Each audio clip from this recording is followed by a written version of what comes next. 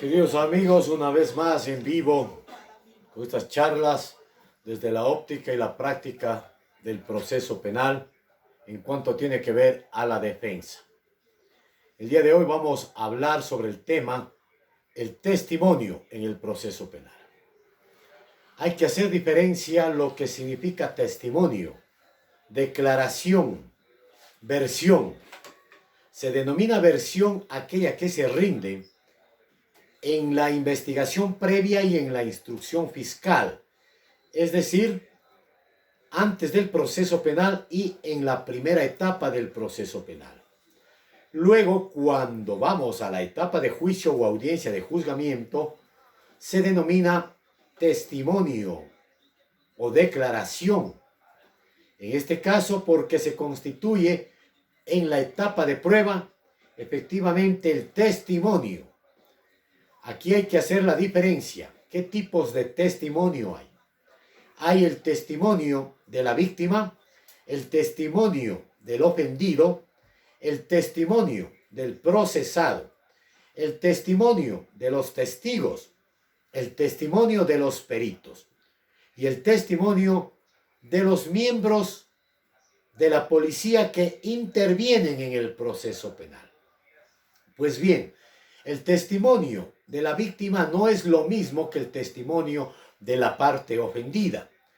Una puede ser la víctima y también ser ofendida en un delito de robo, por ejemplo, en un delito sexual. Sin embargo, la víctima es sobre la que recae precisamente la acción delincuencial en forma directa o indirecta, pero afecta sus bienes jurídicos protegidos y tutelados por nuestra Constitución de la República, como el bien tutelado de la vida, la integridad física, la integridad psicológica, los bienes, el patrimonio, en fin, la salud, etcétera, etcétera, sobre bienes jurídicos.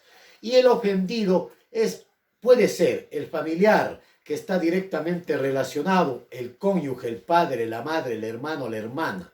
Es decir, aquellos que sufren también las consecuencias de un acto delictivo perpetrado en contra de la víctima. Por ejemplo, el delito de homicidio o de asesinato. Obviamente la víctima es cierto o cierta ciudadana y la parte ofendida es el familiar que queda, por supuesto, con vida producto de algún acto de la delincuencia. En este sentido debemos hacer referencia también como testimonios anticipados. ¿Qué son los testimonios anticipados? Los testimonios anticipados son aquellos que rinde la víctima, fundamentalmente la víctima o la parte ofendida, fundamentalmente en los delitos sexuales o en otro tipo de delitos contra la seguridad del Estado, por ejemplo, cuando está en peligro esa declaración, ese testimonio, cuando puede ausentarse del país o simplemente cuando está bajo amenaza, bajo intimidación de la otra parte procesal o en el ámbito político, es que se rinde el testimonio anticipado. Este debe ser solicitado, o mejor dicho, es solicitado por fiscalía al juez competente. El juez ordena que el mismo sea receptado, notificando a las partes procesales. En su efecto, también notifica a la Defensoría Pública para que lo asistan en lo que conocemos la Cámara de Gesell. Tras un vidrio se encuentra la persona que rinde el testimonio anticipado, puede ser la menor de edad, la víctima generalmente en los delitos sexuales, en donde se encuentra con un psicólogo o una psicóloga, y en la parte de atrás se encuentra la jueza, el curial, se encuentra fiscalía y las partes procesales. Obviamente a eso me refiero, a los abogados que defienden o que patrocinan la defensa tanto de la parte denunciante en su momento o acusación y la parte de la defensa. Ese testimonio anticipado tiene todo el valor de prueba en el momento que se ha presentado en la etapa de juicio. Generalmente se lo presenta a través de un CD con la debida cadena de custodia, a través del bodeguero de la policía judicial o del departamento que esté hecho cargo, y obviamente en el momento de la prueba es que se contiene o se confiere la doctrina Poppy, que debe ser pedida, ordenada, practicada, incorporada conforme a derecho.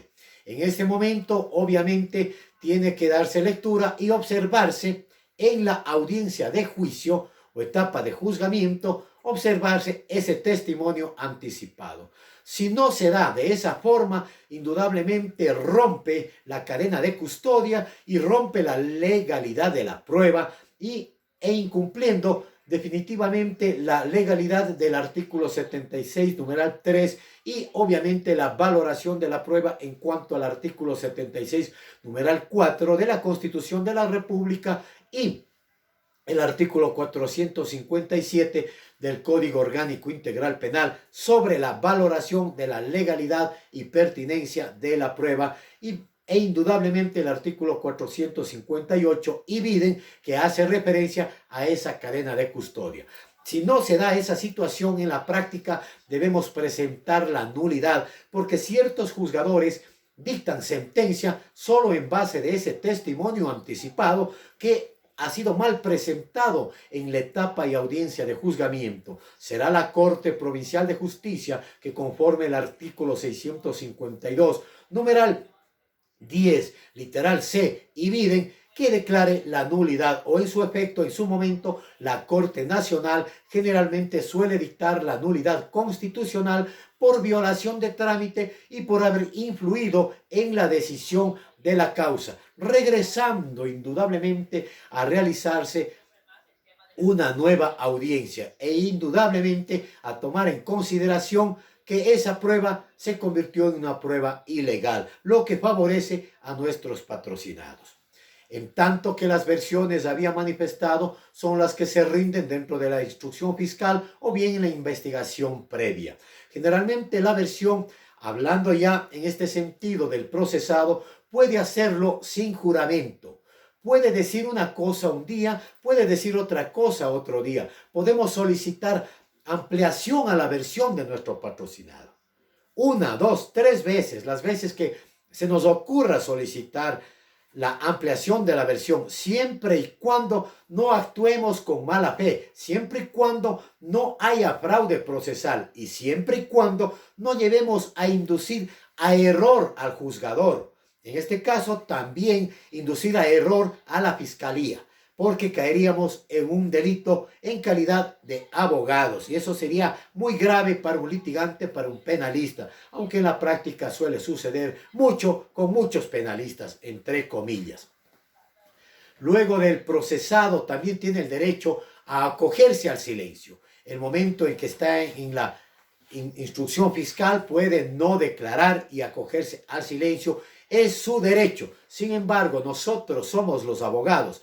Debemos saber cuándo hacerle acoger al silencio, porque a veces por la negligencia, por la inoperancia, la ineficiencia, ineficacia de un abogado litigante, se quedan presos y obviamente cumplen condenas por la mala defensa técnica. Generalmente en los casos en donde hay elementos de convicción, hay evidencia que le involucran, que hacen mirar que él puede ser el presunto responsable, pero evidencia de un caso probable, evidencia fuerte la denominamos en teoría, en doctrina, una evidencia no solo legal, pertinente, sino una evidencia que se conoce con el nombre de asistencial para la prueba, ¿no? Ronald Dworkin habla ya de eso, Gargarella también lo hace. Cuando existe ese tipo de elemento de convicción, es preferible hacerle acoger al silencio y que no hable nuestro patrocinado. Cabe recordar que la versión y posterior declaración deben estar iguales, en el mejor de los casos, deben compaginarse. Si bien es cierto, no rinden con juramento. Es importante para dar luces a los jueces y para ganar la confianza de la justicia de un penalista es llevar la misma teoría del caso, la misma argumentación jurídica de defensa en materia penal y constitucional desde el inicio, que se convierte en un caso de defensa, caso probable para la fiscalía, caso de defensa para los litigantes en materia penal. Indudablemente, esa declaración adquiere el valor de prueba a su favor. Así lo establece la ley, el artículo 507, numeral 1 de la ley penal de nuestro país acá en Ecuador. Y generalmente en el mundo es considerada al menos en muchos casos en la práctica como un medio de prueba a su favor. Eso dice la ley. Sin embargo, en un 20%, muchos de los casos, jueces lo involucran, lo responsabilizan penalmente, tomando precisamente su declaración, su testimonio. Inclusive algunos toman la versión, pese a que se acogen al silencio en la etapa de juicio. Eso es una violación flagrante del debido proceso, de la violación de trámite. Sin embargo, el tema de hoy es los testimonios. Vamos al testimonio de los testigos. ¿Qué tipo de testigos hay? Hay los testigos de oídas, los testigos presenciales. Me hago referencia al sistema penal y procesal penal de nuestro país. Hay el testigo de oídas, aquel que escuchó, nada más que escuchó un ruido, un impacto de vehículo, un disparo de un arma de fuego, un grito de la presunta víctima o de los ofendidos. También hay el testigo referencial. Se conoce en doctrina como el testigo de la esquina. Es aquel que le contaron, que supo por tal situación, por X motivo, llegó a su conocimiento que pudo haberse perpetrado un delito, pero no les consta ni escucharon absolutamente nada. Hoy existen los testigos referenciales telemáticos, informáticos. ¿Quiénes son esos? Son todos aquellos que llegan a conocer de un delito y de presuntos responsables a través de las redes sociales, a través de los medios informáticos. Pongamos también los medios de comunicación, aunque casi ya las personas han perdido interés en ello. Sin embargo, esos también son testigos referenciales en materia informática y telemática, que no tienen el mismo peso, por supuesto, pero nos van a servir no solo para la investigación de la fiscalía, cada quien a su lado, sino sí para la investigación de la parte de nuestro patrocinado del procesado. Luego tenemos los testimonios de los peritos. No sirve la pericia, aquella realizada dentro de la investigación previa, como elemento de convicción en la instrucción fiscal. No nos sirve si es que no comparece a la etapa de juicio el perito. Tiene que comparecer por el artículo 75 de la Constitución de la República, que es el principio de inmediación. Es decir, tiene que estar presente ante las partes y ante los jueces para hacer valer su pericia. En dos partes se divide su testimonio. Primero, hay que acreditar al perito, es decir, cuándo se graduó en tal o cual profesión, qué tiempo tiene de experiencia, cuántos o cuántas pericias ha realizado y por supuesto luego en la parte técnica fundamentalmente sobre conclusiones, sobre sugerencias y sobre recomendaciones. No está permitido el dar un valor, un criterio jurídico sobre la pericia técnica y nosotros debemos ser lo más precisos y concisos. Acreditamos con 3 preguntas al perito y directamente vamos lo que se conoce al directo, al interrogatorio o al examen. Obviamente a los peritos de la otra parte vamos al redirecto, al contrainterrogatorio o al contraexamen. Utilizar cualquiera de los términos está muy bien, pero prefiero que sea examen o contraexamen, que va de la mano por el derecho penal mínimo y el sistema acusatorio neoconstitucional, ya que interrogatorio y contrainterrogatorio pertenece al sistema inquisitivo, yo diría al neoinquisitivo, y obviamente el directo y contradirecto es términos académicos, muy académicos, que a veces quieren sorprender en los tribunales de garantías penales. Sin embargo, esa es para los testimonios de los peritos. El testimonio de los miembros de la Policía Nacional, ahí están los testimonios de los policías aprensores, los que le privaron de la libertad en su primer momento, luego de los policías custodios en flagrancias o en el lugar donde permanecían detenidos y privados de la libertad nuestros patrocinados o patrocinados. Están también los policías de aquellos departamentos que realizan la investigación del caso. Están también aquellos policías, miembros policiales que ordenaron tal o cual actividad. Me refiero fundamentalmente en el caso, por ejemplo, de narcóticos o antinarcóticos, de ese departamento de drogas en donde se realizan las operaciones básicas de inteligencia. ¿Quién da la orden? El capitán, el coronel, el general, es decir, aquellos que están al mando. Y los jóvenes policías, los señores cabos, los de menor jerarquía, a veces cumplen órdenes que no están tan bien especificadas. Entonces hay que llamar a declarar, a rendir versión o rendir testimonio en la etapa de prueba, obviamente a los jefes, a los mayores, capitanes, coroneles, no solamente a quienes hicieron la investigación, porque en la práctica los que hacen la operación básica de inteligencia, es decir, seguimientos, vigilancias, capturas, detenciones, ubicaciones, son generalmente los cabos, los sargentos, los policías que pertenecen a la unidad antinarcóticos o a las unidades de inteligencia. Lo que hacen los jefes es única y exclusivamente firmar ese parte o firmar ese informe para la fiscalía o el informe administrativo. Por eso es importante llamarles a declarar primero, a que rindan versión en la instrucción fiscal, porque caso contrario no pueden ir a declarar aquellos que no han rendido versión, salvo excepciones como son los peritos, los investigadores y los policías aprensores. También es importante hacer referencia aquí cómo hay que preparar a esos testigos, a esos que van a declarar, van a dar el testimonio. En la versión es mucho más fácil, se les prepara en la oficina de nosotros, se va y se acude a la oficina de los peritos y se les indica en forma concreta. Sin embargo, en la parte pertinente, en la audiencia de juzgamiento es importante reunirnos con los peritos a fin de que no caigan como hacen con la fiscalía, tartamudean, no saben lo que hacen, no saben lo que declaran. Entonces los litigantes obviamente nos llevamos el trofeo en materia de litigación oral y penal. Entonces, con el perito hay que indicarle cuándo hizo la pericia, bajo órdenes de quién la hizo, cuál fue su análisis técnico, su conclusión, sugerencia y se acabó. Eso tiene que declarar. Generalmente por hoy en el sistema acusatorio hay que hacerlo oralmente. Hay que aconsejarle al perito que no lleve absolutamente nada, sino una hoja en blanco, que esa debe estar en su memoria para poder dar su testimonio frente a los jueces del tribunal de juzgamiento. Asimismo, con los testigos de oídas, a ellos sí hay que prepararles mucho más. Generalmente se divide en tres partes. Primero, que hable sobre los hechos, fundamentalmente lo sucedido ese día.